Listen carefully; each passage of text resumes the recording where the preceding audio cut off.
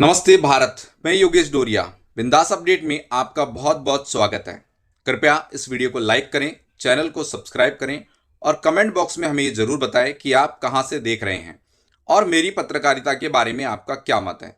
तो चलिए शुरुआत करते हैं। जय हिंद साथियों।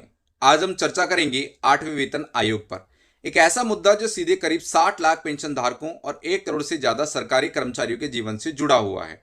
इस विषय पर सरकार लगातार चुप्पी साधे हुए है और बयानबाजी के चादर में लिपटी हुई दिख रही है। हमने इस मुद्दे को 3 प्रमुख हिस्सों में बांटा है ताकि आप इसे आसानी से समझ सकें। पहला भाग, 8वां वेतन आयोग, समय और चुनावी गणित। जनवरी 2025 में दिल्ली विधानसभा चुनाव से ठीक पहले 8वें वेतन आयोग की घोषणा की गई, लेकिन उसके बाद सरकार का कोई स्पष्ट बयान सामने नहीं आया। न कोई कार्य शुरू हुआ, न ही दिशा तय हुई। अब सवाल यह है कि यह कब शुरू होगा।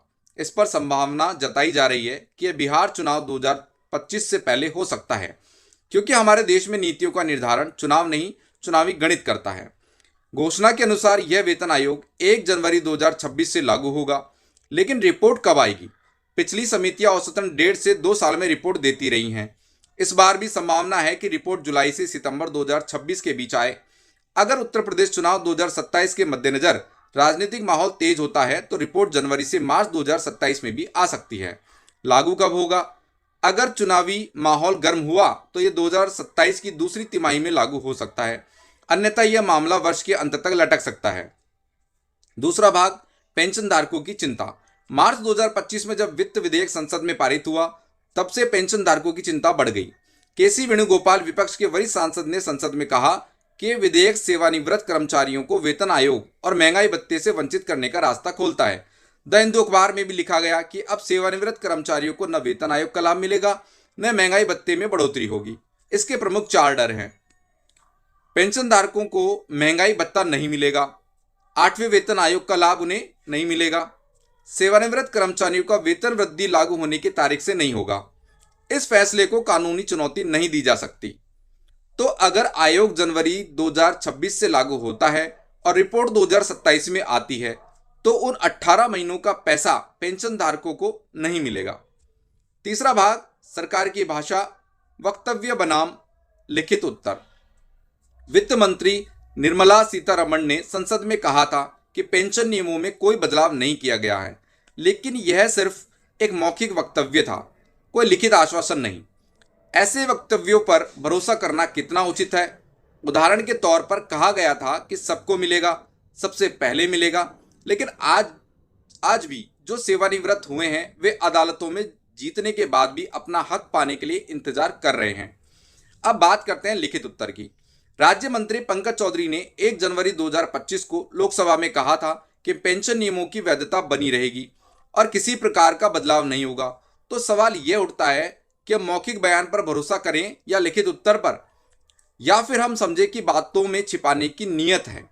फिटमेंट गुणांक कितना बढ़ेगा? कहा जा रहा है कि नया फिटमेंट गुणांक 1.90 से 2.05 के बीच हो सकता है, जबकि 7वें वेतन आयोग में यह 2.57 था। इसका कारण यह है कि यह सीधे महंगाई भत्ते पर निर्भर करता है। जनवरी 2026 तक महंगाई भत्ता लगभग 60% तक हो सकता है। उदाहरण के लिए, यदि आपका मूल वेतन 30,000 रुपये है और गुणांक 2.0 है, तो नया वेतन 60,000 रुपये होगा। इसके साथ मकान किराया भत्ता, बच्चों की शिक्षा भत्ता, कठिनाई भत्ता और अन्य सहायक लाभ भी बढ़ेंगे। क्या पेंशन धारकों को मिलेगा आयोग का लाभ? विधेयक की भाषा थोड़ी संदिग्ध है। उसमें कहीं ना कहीं कहा गया है कि जो कर्मचारी 1 जनवरी 2026 से पहले सेवानिवृत्त हो चुके होंगे उन्हें शायद लाभ न मिले। हालांकि सरकार के लिखित उत्तर में कहा गया है कि पेंशन धारकों को वंचित नहीं किया जाएगा। अब सवाल यह है कि हमें किस पर विश्वास करना चाहिए, दस्तावेजों पर या चुनावी भाषणों पर? घोषणा तो हो चुकी है, लेकिन ठोस कदम अब तक नहीं उठाए गए। वित्त विधेयक के जरिए अधिकारों को कमजोर किया गया है। वक्तव्य दिए गए, लेकिन लिखित में कुछ और ही है। गुणांक घट सकता है, जिससे लाभ सीमित रहेगा।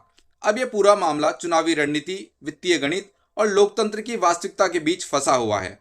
अब जरूरत है सवाल उठाने की, सरकार के लिखित जवाब मांगने की, और सबसे महत्वपूर्ण बात, सच को पहचानने की। अगर आप भी चाहते हैं कि सच्चाई दबे नहीं और पूछने वाला पूछता रहे, तो इस मंच को समर्थन दे। यह मंच किसी के सामने नहीं झुकता, केवल आपके साथ खड़ा रहता है। जय हिंद, जय भारत, सत्यमेव जयते।